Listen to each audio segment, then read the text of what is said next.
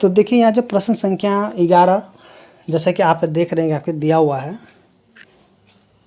देखिए यहाँ पे जो है हमने जितने भी प्रश्न थे यानी कि प्रश्न संख्या 1 से लेकर के 10 तक सभी को सॉल्व कर लिया। अगर आप नहीं देखे तो डिस्क्रिप्शन बॉक्स में इसका लिंक दिया गया, या फिर आप प्ले लिस्ट में भी जा करके देख सकते हैं। वहाँ भी BSB 7th न्यू करके बना होगा, तो आप वहाँ से भी देख सकते हैं।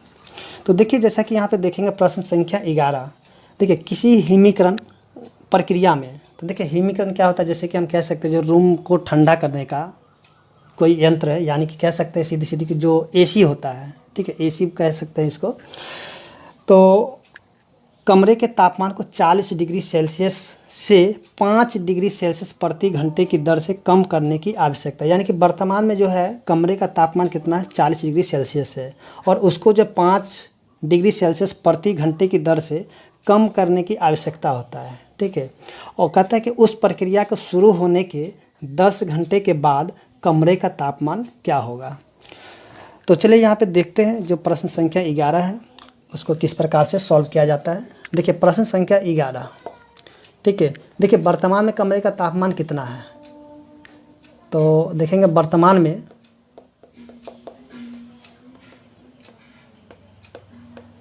कमरे का तापमान बराबर कितना है, 40 डिग्री सेल्सियस, ठीक है। वर्तमान में कमरे का तापमान कितना है, 40 डिग्री सेल्सियस। उसके बाद देखिए 1 घंटे में तापमान में कमी, 1 घंटे में तापमान में कमी कितना हो जाएगा। देखिए 1 घंटे में जो है यानी कि 5 डिग्री सेल्सियस की दर से ये कम हो रहा है, ठीक है। 1 घंटे में कितना है, 5 डिग्री सेल्सियस प्रति घंटे की दर से कम हो रहा है। तो अब देखिए यहाँ पे इसलिए 10 घंटे में कुल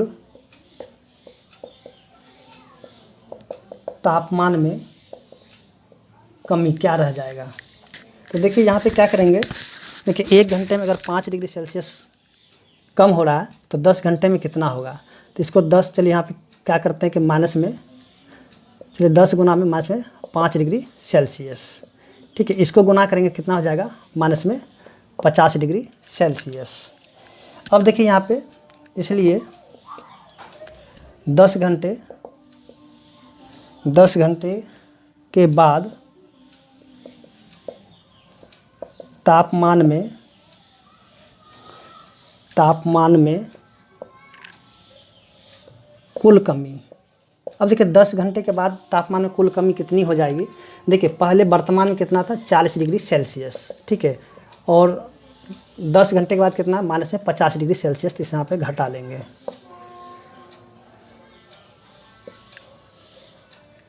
ठीक है।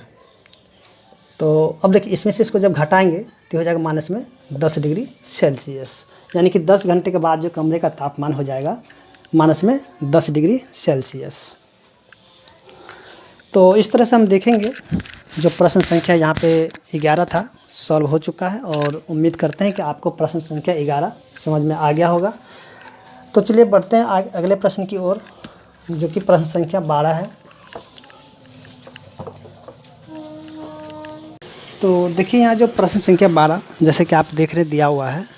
देखिए 10 प्रश्नों वाले एक कक्षा टेस्ट में प्रत्येक सही उत्तर के लिए 5 अंक दिए जाते हैं, और प्रत्येक गलत उत्तर के लिए माइनस से 2 अंक दिए जाते हैं, और कोई भी प्रयत्न नहीं किए गए प्रश्नों के लिए 0 दिया जाता है।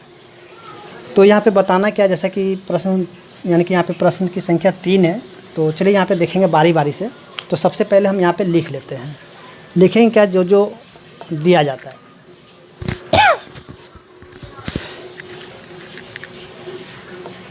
देखिए प्रश्न संख्या 12, तो सबसे पहले हम यहाँ पे क्या लिखेंगे, प्रश्नों की कुल संख्या,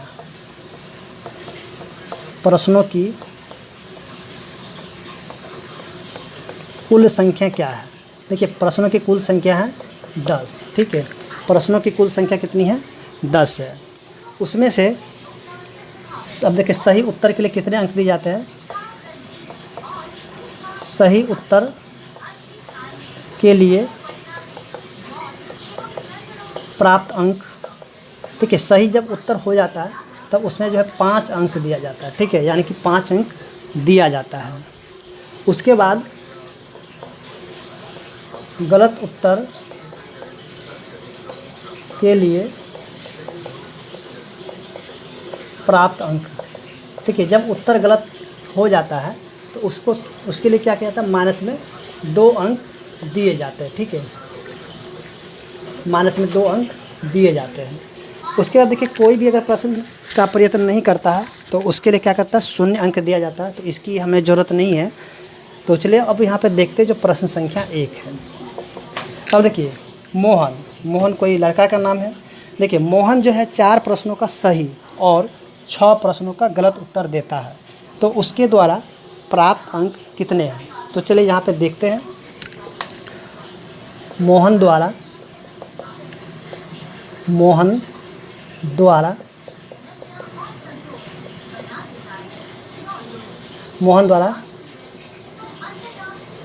सही उत्तर के लिए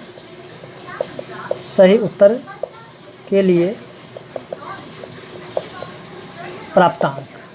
ठीक है, यानी कि मोहन द्वारा सही उत्तर के लिए प्राप्तांक, यानी कि चलिए यहाँ पे प्राप्त अंक कर लेते हैं। प्राप्त अंक, देखिए मोहन ने 4 प्रश्नों का सही दिया, यानी कि चलिए यहाँ पे 5 गुना में 4 कर लेते, कितना हो जाएगा, ये 20 हो जाएगा।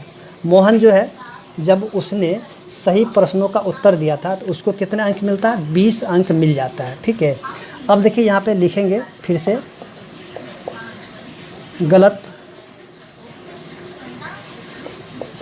उत्तर के लिए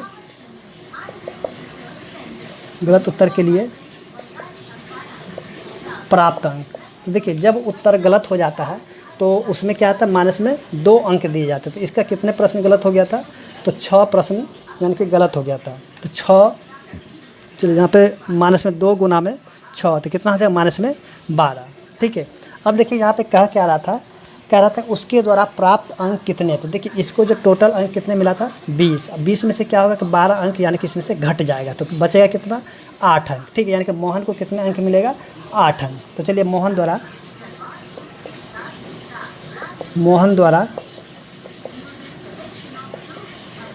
प्राप्त कुल अंक क्या हो जाएगा, देखिए 20 में से क्या करेंगे, 12 को घटा देंगे, तो ये क्या हो जाएगा, 8। यानी कि मोहन द्वारा जो प्राप्त कुल अंक क्या हो जाएगा, 8 हो जाएगा। इसी प्रकार से अगर हम देखेंगे इसका जो प्रश्न 2 है, चलिए यहाँ पे देखते हैं प्रश्न 2 को। देखिए, जो हमें आवश्यकता नहीं है उसको यहाँ से हटा देते हैं। ठीक है, जिसकी आवश्यकता उसको रहने देते हैं। देखिए, ये है प्रश्न संख्या 2। प्रश्न संख्या 2 में क्या देखें, रेशमा के 5 सही उत्तर है। तो चलिए यहाँ पे रेशमा द्वारा, ठीक है, रेशमा द्वारा सही उत्तर के लिए प्राप्त अंक क्या हो जाएगा।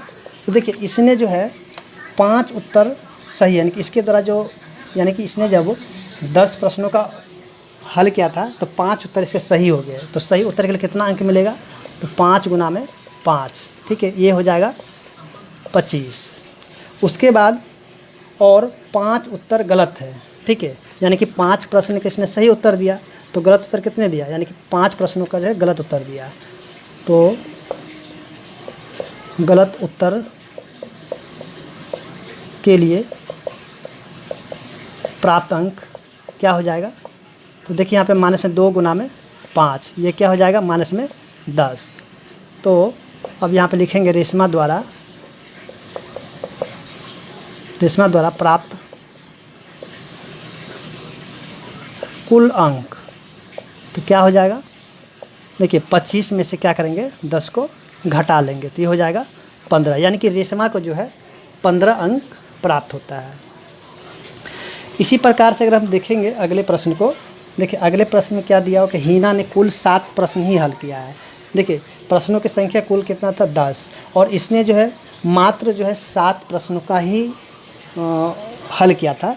ठीक है, जिसमें से जो है ना 2 के उत्तर सही है, बाकी जो 5 क्या है गलत है। तो कहता है इसके द्वारा प्राप्त अंक क्या होगा। तो चलिए यहाँ पे देखते जो प्रश्न संख्या चलिए यहाँ से हमें ज़रूरत नहीं है, जिसकी ज़रूरत नहीं है उसको यहाँ से हटा देते हैं। देखिए प्रश्न संख्या ये है 3, यहाँ पे हीना आ गई, ठीक है। अब देखिए हीना द्वारा सही उत्तर के लिए प्राप्त अंक कितना हो जाएगा। तो देखिए इसने जो है कुल कितने प्रश्नों का हल किया था, इसने कुल प्रश्नों का हल किया था 7, जिसमें से 2 सही है, तो गलत कितने हैं, तो गलत हो जाएगा 5, ठीक है। 2 लेकिन इसने सही किया था, तो सही के लिए प्राप्त अंक क्या हो जाएगा, तो 5 गुना में 2, तो 5 दूनी 10, यानी कि इसने जो है सही उत्तर, जब इसने 2 प्रश्नों का सही जवाब दिया था तो उसको कितने अंक मिल गया था, 10। अब देखिए गलत उत्तर के लिए प्राप्त अंक कितना, देखिए गलत उत्तर कितना है 5, ठीक है। और इसमें से इसको यानी कि 2 अंक दिए जाते गलत उत्तर के लिए, तो कितना हो जाएगा, माइनस में 10 हो जाएगा। तो यहाँ पे अब लिखेंगे हीना द्वारा प्राप्त कुल अंक, तो क्या हो जाएगा, देखिए पहले कितना था, यानी कि सही उत्तर के लिए मिला था 10 और उसने 5 यानी कि गलत उत्तर किया था प्रश्न का, 5 प्रश्नों का उसने गलत उत्तर दिया, तो उसमें 10 अंक कट गया, तो माइनस में 10, इसको घटाएंगे क्या हो जाएगा 0, यानी कि हीना को जो है कितने अंक मिले, 0 अंक मिले।